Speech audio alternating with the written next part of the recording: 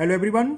Today we will solve exercise 3.2 class 9 NCERT math. There are only two questions. And the first question is write the answer of each of the following question. Okay, and the first part is what is the name of horizontal and the vertical lines drawn to determine the position of any point in the Cartesian plane? Cartesian plane के लिए जो line खींची जाती है horizontal और Y axis वो क्या कहलाती है? तो हॉरिजॉन्टल लाइन क्या कहलाती है? X axis, and vertical line क्या कहलाती है? Y axis. तो लिख दीजिए आंसर. ओके, तो लिखो horizontal line is called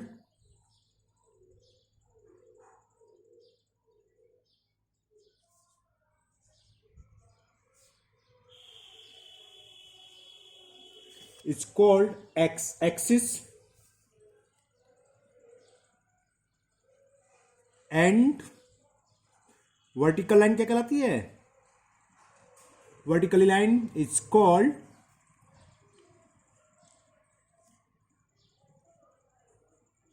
Y axis. ये तो फर्स्ट पार्ट का आंसर हो गया.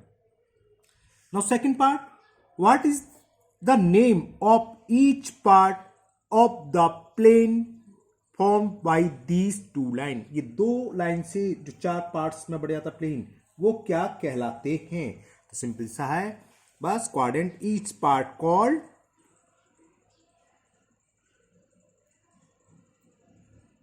क्वाड्रेंट, है ना, जिसे हम बोलते हैं first quadrant, second quadrant, third quadrant and fourth quadrant. बस यही कहलाते हैं each part called quadrant. Now third part, and the third part is write the name of the point where these two line intersect. जहां पर ये दोनों line कौन सी? x axis and y axis intersect करती है, वो पॉइंट क्या कहलाता है? इसका तो कुछ लिखना, क्या कहता? द ओरिजिन बस, या intersection point is called origin. इसका आंसर हो गया. Question number 1 complete. Now we will solve question number 2, और ये भी बहुत इजी है. इसमें एक फिगर दे रखी है, मैं भी आपको फिगर दिखाऊंगा. कुछ पॉइंट हैं, उनके कोऑर्डिनेट्स लिखने हैं हमें. The coordinates of B, the coordinates of C, the point identify the coordinates of a point बताना जिसके कोऑर्डिनेट्स दे रखे हैं -3, 5, है ना. तो पहले तो मैं आपको फिगर दिखाता हूं, उसके बाद फिर क्वेश्चन करेंगे. हमें पहला ध्यान रखना बी और सी के पॉइंट लिखने. तो बी और सी देखो कहां गिरा. This figure is given. Okay, ये ओ यानी कि ओरिजिन है, ये तो पता है. इधर चलते +1 +2 +3 +4 +5 +6. इसी तरह ऊपर +1 2 3 4 5 एंड +6. नीचे आएंगे तो -1, वाई की वैल्यू -2 -3 -4 -5 एंड सो ऑन. इधर 0 से लेफ्ट की तरफ चलते हैं, ओरिजिन से लेफ्ट की तरफ, तो नेगेटिव होते हैं. तो -1 -2 -3 -4 -5. अब फर्स्ट पार्ट था द कोऑर्डिनेट ऑफ बी. तो बी पॉइंट ढूंढे, बी पॉइंट ये आ गया. तो पहले हम क्या लिखते हैं? X value. देखें एक्स वैल्यू कितनी है? -1 -2 -3 -4 -5 है. और वाई की कितनी है यहां जरा? 2. तो कोऑर्डिनेट्स ऑफ बी हो गए -5, 2. ओके, तो लिख दो कोऑर्डिनेट्स ऑफ पॉइंट बी. लिखते हैं, चलिए. 2 का first part, coordinate of point B is क्या था? -5, वाई की वैल्यू क्या थी? 2. सेकंड पार्ट सी के पूछे. अभी मैं फिगर दिखाऊंगा आपको, पहले मैं लिख देता हूं ना. Coordinate of point C. Figure में देखते हैं सी पॉइंट कहां है, इसके कोऑर्डिनेट्स कहां है. यह फिगर आ गई आपकी. तो पॉइंट सी देखो, देखा ये रहा, ओरिजिन ये रहा. तो यहां से यहां तक कितना एक्स की वैल्यू? 1 2 3 4 5 ये रहा. और इसके नीचे ये रहा, और उसके सामने बाई की वैल्यू क्या? -5. तो इसके पॉइंट के कोऑर्डिनेट्स क्या होंगे? 5, -5. तो लिख लो coordinate of point C is equal 5, -5. Okay. Now third point ये, the point indicate by the coordinate -3, -5. हमें एक पॉइंट का नाम बताना है, तो पहले मैं लैंग्वेज लिख देता हूं, है ना। ये था द पॉइंट,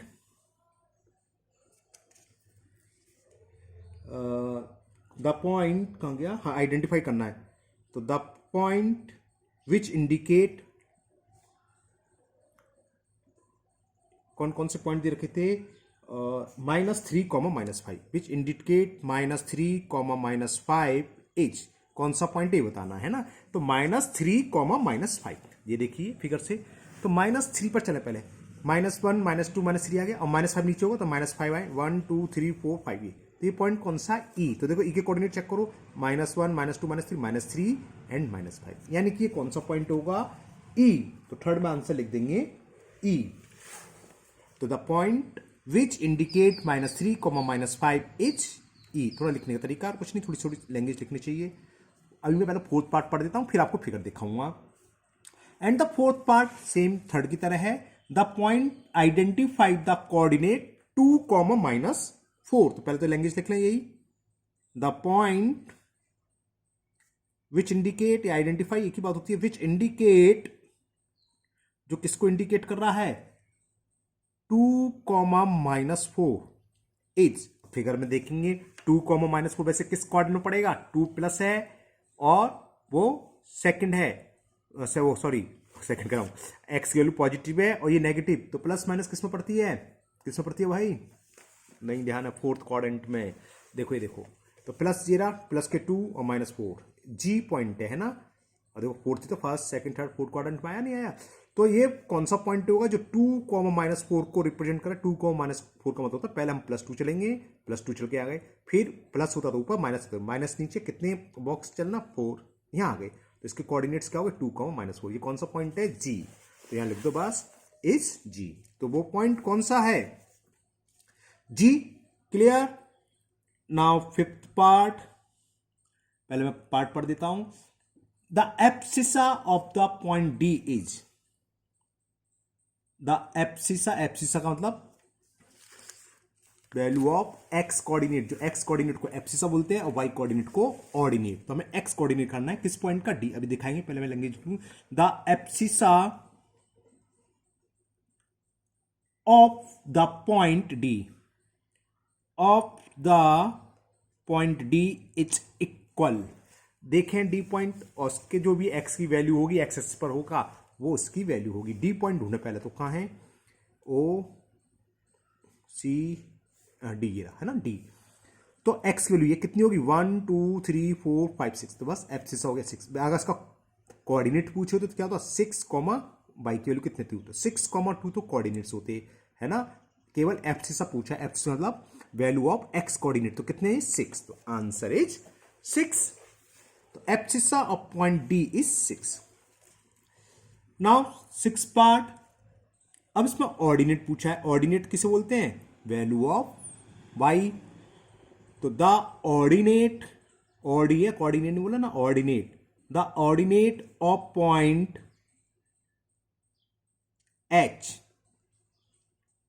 तो एच में जो वाई की वैल्यू होगी, value of coordinate, Y coordinate, वो कहलाती है ऑर्डिनेट, है ना। तो एच ढूंढे, ये रहा, मैंने आपके सामने बुक रखी। अब एच ये दिख गया, नहीं सॉरी ये नहीं, ये रहा एच। तो ऑर्डिनेट वाई की वैल्यू ये होगी, ये कितनी है, -3 दिख गया ना, 0 से चले तो एक्स की वैल्यू क्या हो गया। अगर इसका एब्सिसा पूछा होता कितना होता, -1 2 3 4, एब्सिसा होता -5 और वाई की वैल्यू कितनी है, 1 2 3 -3। तो ऑर्डिनेट ऑफ एच इज -3।